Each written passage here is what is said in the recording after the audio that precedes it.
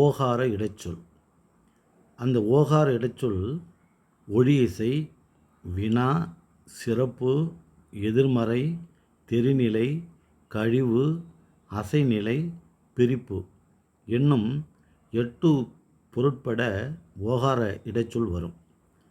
அதில் 4 முதல்ல பார்ப்போம். அடுத்த வீடியோவில் 4 பார்ப்போம். ஒழியிசை. இப்போது படிக்கவோ வந்தாய், படிக்கவோ வந்தாய் அப்படின்னா நீ படிக்க வரல, விளையாட வந்தாயின்னு அதுக்கு அர்த்தம்.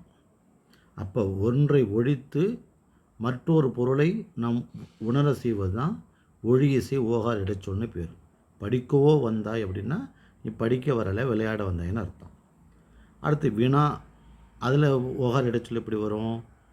ஆணோ பெண்ணோ பிறந்தது, ஆண் பிள்ளையா பெண் பிள்ளையா என்று வினா கேட்பதற்கு ஏற்ப ஓகார இடைச்சொல்லை பயன்படுத்தலாம். ஆணோ பெண்ணோ, ஓகாரம் இல்லையா? ஆணோ பெண்ணோ பிறந்தது என்று வினா அடிப்படையில் கேட்கலாம். சிறப்பு அப்படிங்கிறது உயர்வு சிறப்பும் உண்டு, இழிவு சிறப்பும் உண்டு.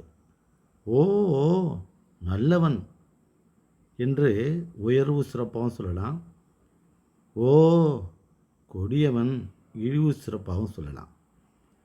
இந்த இடத்துலையும் ஓ என்பது ஒரு இடைச்சொல்லாக பயன்படுகிறது. அடுத்து எதிர்மறை. இப்போ அவரா பாடினார் அப்படின்னா என்ன அர்த்தம்? அவருக்கு பாட தெரியாத, அவரா பாடினார், அவரோ பாடினார். அப்போது அவர் பாட மாட்டார். அவரோ பாடினார் அப்படின்னா அவர் பாட மாட்டார் என்கிற எதிர்மறை சொல்லாக எதிர்மறை பொருளை நமக்கு தருகிறது. எனவே ஓகார இடைச்சொல் ஒழியிசை, வினா, சிறப்பு, எதிர்மறை, தெரிநிலை, கழிவு, அசைநிலை, பிரிப்பு என்ன 8 பொருளை வந்தாலும் 4 மட்டும் பார்த்துருக்கோம். அடுத்த வீடியோவில் இன்னும் 4 பார்ப்போம். நன்றி, வணக்கம்.